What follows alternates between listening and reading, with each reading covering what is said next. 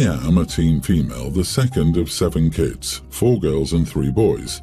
Our sleeping situation isn't ideal at the moment because we live in a 2-bedroom apartment. The girls share one room and the boys share the other, and our mom sleeps in the main area with the baby. I currently share a bed with my young grammar school-aged sister because my preschool sister is a bedwetter. My mom and I are saving for bunk beds, but it's a while off yet. Recently, one of my friend's parents couldn't collect her after school, and since my place was the closest to school, she came over.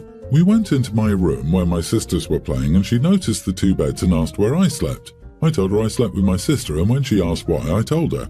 Well, anyway, she went home and told her parents, who reported my mom to Child Services, who visited us. They said each child needs a bed of their own, and they'll be coming back twice a month for checks and stuff until we do. My mom and I are now really stressed, and I've been missing school to take extra shifts, so the school phoned Family Services again, which just made things worse. I ended up going to school and getting into an argument with my friend, where I told her that she had no right to tell her parents and get me into this mess, and that she was an idiot who needed to learn when to keep her mouth shut. She told me she was just trying to help me, and I said she should have helped by not saying anything. She got really upset at me and told our other friends, who now all think I'm an idiot. Edit, my mom had me and my brother relatively young and our dad split. The father of the next 3 siblings is currently in prison. The father of the youngest 2 is not allowed to contact us. 3 out of 7 of us are the result of failed contraception. No idiots here. She was trying to help you the only way she knew how. A teenager who didn't grow up in poverty isn't going to have the best set of resources for that. But you aren't an idiot either for being frustrated. I think the idiot is a system that allows a family to struggle so much that a teenager has to compromise her future by skipping school to buy a place to sleep. I'm pretty sure the idiot here is CPS for demanding you get more beds but not providing any clearly much needed assistance to help you do so.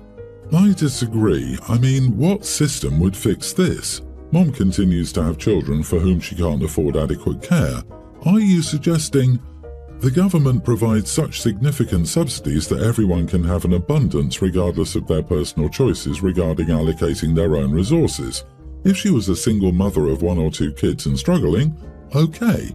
But this lady has 7 kids and is still going, considering one's a baby. It's highly selfish for someone to continue having kids when they can't actually take care of them. Yeah, the idiot is the mother or possibly the circumstances in which she was conditioned, e.g. religion, which results in her having 7 children despite bad conditions. She's not able to properly support her children. And where is or are the fathers? There's a lot of missing info here, but having kids is a choice, and either the mother has made bad decisions or those bad decisions were made for her. I'm pretty sure the idiot here is CPS for demanding they get more beds but not providing any. They do not do that.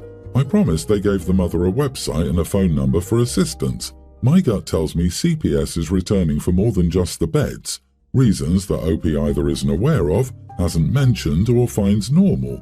The mother needs birth control instead of pumping out kids with random men who bail. OP, I'm worried for you. Not because of sharing a bed with your sister, but because a family of 7 is shoved into a 2-bedroom apartment and your family depends on a teenager's earnings. I must stress this, your living situation does not sound normal. That is why your friend told her parents, and that is why they called CPS. They did the right thing. Your mom clearly cannot care for all your siblings and they deserve better. And your childhood is being ruined by a mother who needs you to work and miss school to pay for things. My 39 male wife, 37, came to me yesterday after our daughter, teen, left for school looking like she'd just lost a family member and told me, I was walking by my daughter's name's room and I saw her struggle to get her pants on. I already knew where this was going. Yes, our daughter has gained weight over the past year or so, but it's not at this dire level where she's barely mobile and bedridden. What my wife has done in the past is come to me with these concerns, as she calls them, telling me about our daughter's shirt looking snug, or how our daughter's stomach looked bigger while she and my wife were watching TV on the couch together. My wife continued, those pants have never looked tighter on her. She's never looked bigger from behind. I told her I wasn't doing this. I'm not having this talk. My wife tells me our daughter is still getting fatter and that I don't care. I told her I care, but I'm not going to start a conversation on the foundation of her stomach is big, her butt is big. My wife tells me she's just explaining what she sees and that a teen girl struggling into her pants is a red flag. I reiterated that I wasn't doing this talk. She said we have to. I told her I was not going to discuss this again and that I didn't want her bringing it up and left the room. She said I was being demanding. Am I the idiot? Edit, I know my daughter is overweight, like 25 or 30 pounds overweight, I guess, which, on that front, my wife's core concern is valid, but she's never discussed it with our daughter. I'm 100% sure our daughter knows she's put on weight. She eats pretty unhealthy food at school, and then if she goes to a friend's place afterward, they snack. Dinner with us is healthy. What she gets herself on weekends is unhealthy. She doesn't exercise. We have yet to see a doctor about it. You are the idiot. Do not ignore her being overweight. Her weight struggles will only get worse with age. You are responsible for her health, so her being unhealthy is fully on you. You and your wife do need to have conversations about encouraging your daughter to make healthier choices now, because the habits are way harder to break in adulthood and have more obvious consequences as the metabolism slows down and symptoms of poor diet and lack of exercise become more prominent. Don't talk about weight to her face, but you guys need to steer her in the right direction. By ignoring it, you're the problem. Dude's not the idiot. He didn't say he wouldn't discuss his daughter's health. He said he wouldn't start with the foundation of his wife trashing her looks. He may be concerned about her health if she's overweight, but that it's not his wife's concern, or at least not the one she's presenting. His wife seems overly concerned about how her daughter looks than her health. You're both being morons. Your wife doesn't need to make disparaging comments about your daughter's appearance to have a serious discussion with you about her health. You don't need to have everything sanitized to have the same discussion. Both of you need to come together, preferably with the input and support from the pediatrician, and figure out how to help your kid without killing her self-esteem. You're failing your daughter. It's only going to get worse. I have a teen son, Nate. He's been in this friend group of 5, including him, since they were about 8 years old. We're white and so are 2 other boys, but one is Middle Eastern and another is South Asian. This is relevant. It was Thanksgiving the other day and the 2 boys who aren't white don't celebrate the holiday, so I always invite them to ours. They usually come and it's always great fun for the boys, especially since Nate's cousins are much older or younger. I invited them for the past few years and they both came. My mom also brought her new boyfriend. I've never met him before and he seemed fine. He saw the boys in the living room and immediately went, "Now I know those 2 young men aren't yours." I explained to him that they were Nate's friends. He whispered something to my mom, but she just walked away. Okay, whatever. He stood by the boys the whole time, but they didn't seem to care and made conversation with him. I relaxed and left to do something. 20 minutes later, Nate comes up to me saying that Grandma's boyfriend is being weird, so I go to see what's happening, and he's interrogating the other boys about their true intentions with Nate and the rest of us. One of the boys jokingly goes, "Damn, you caught us," which sent him spiraling. I interrupted and dragged him to the kitchen, telling him he needed to leave. He was surprised, and I'm sure he was expecting me to at least give him another chance. But I've read enough stories to know that he'd say something even crappier later. Besides, I care about those boys way more than I care about him. He called my mom over and she begged me to give him another chance. She'll make sure he keeps his mouth shut. I told her I'm sorry, but I couldn't care less. She got extremely upset and said that I should send the boys home if they're so uncomfortable, plus it's a family holiday. I just shrugged, but she got annoyed and said if he leaves, she leaves too. I did hesitate, but ultimately decided she could leave too. Mom didn't take that well and said her boyfriend was just saying what they were all thinking, and it's about time those boys stopped infiltrating our family time.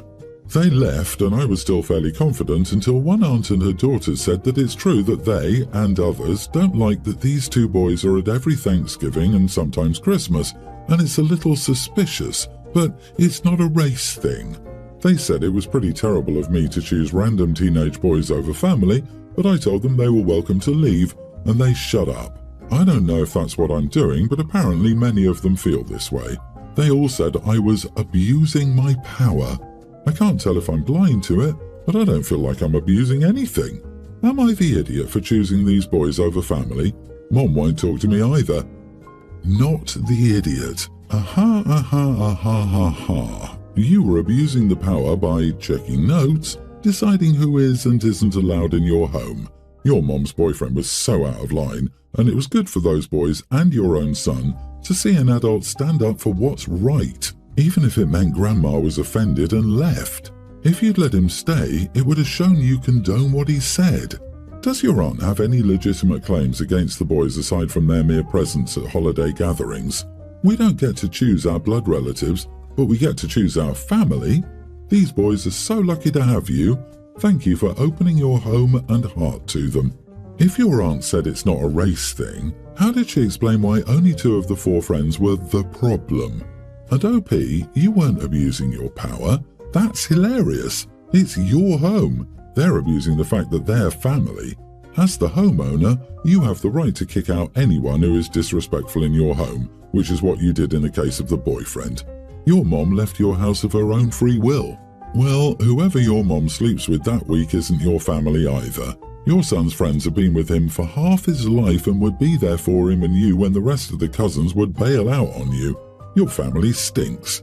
My siblings and I always brought friends home who had nowhere to go for the holidays. Many of them international students or people their parents had rejected, and everyone always welcomed them. So my husband and I just had a baby this year. We've set a lot of unpopular boundaries with everyone. One boundary set was to call before coming over to our house because my husband is gone during the day, and sometimes the baby and I will nap throughout the day if we didn't get much sleep the night before, which happens often. We communicated this clearly to everyone.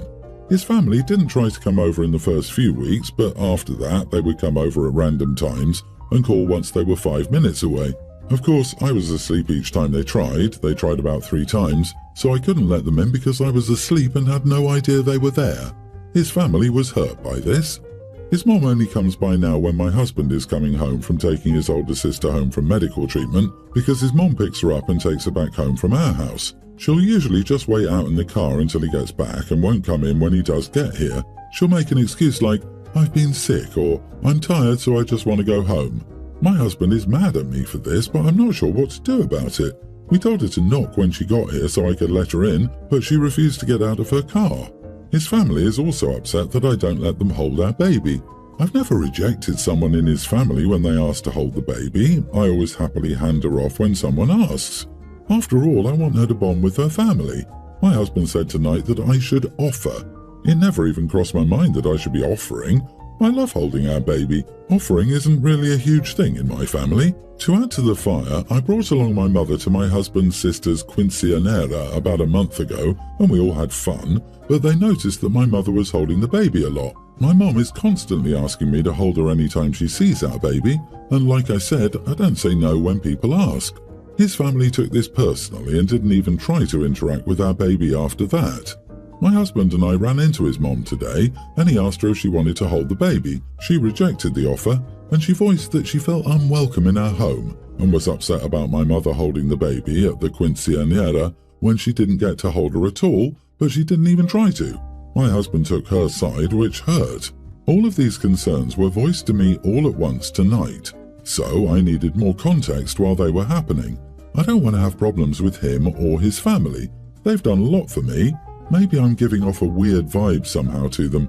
I know I can be super socially awkward, but I feel like my actions with my family versus his have been virtually the same. I don't see how this could make them feel uncomfortable or unwelcome. What do they mean by offering? So every time his family is around, they want you to go up to each of them and say, "Hold my baby, please." Not the idiot. You have the right to set boundaries and they need to respect them. Your husband is definitely the idiot here. Apparently, I'm supposed to ask, "Hey, would you like to hold her?"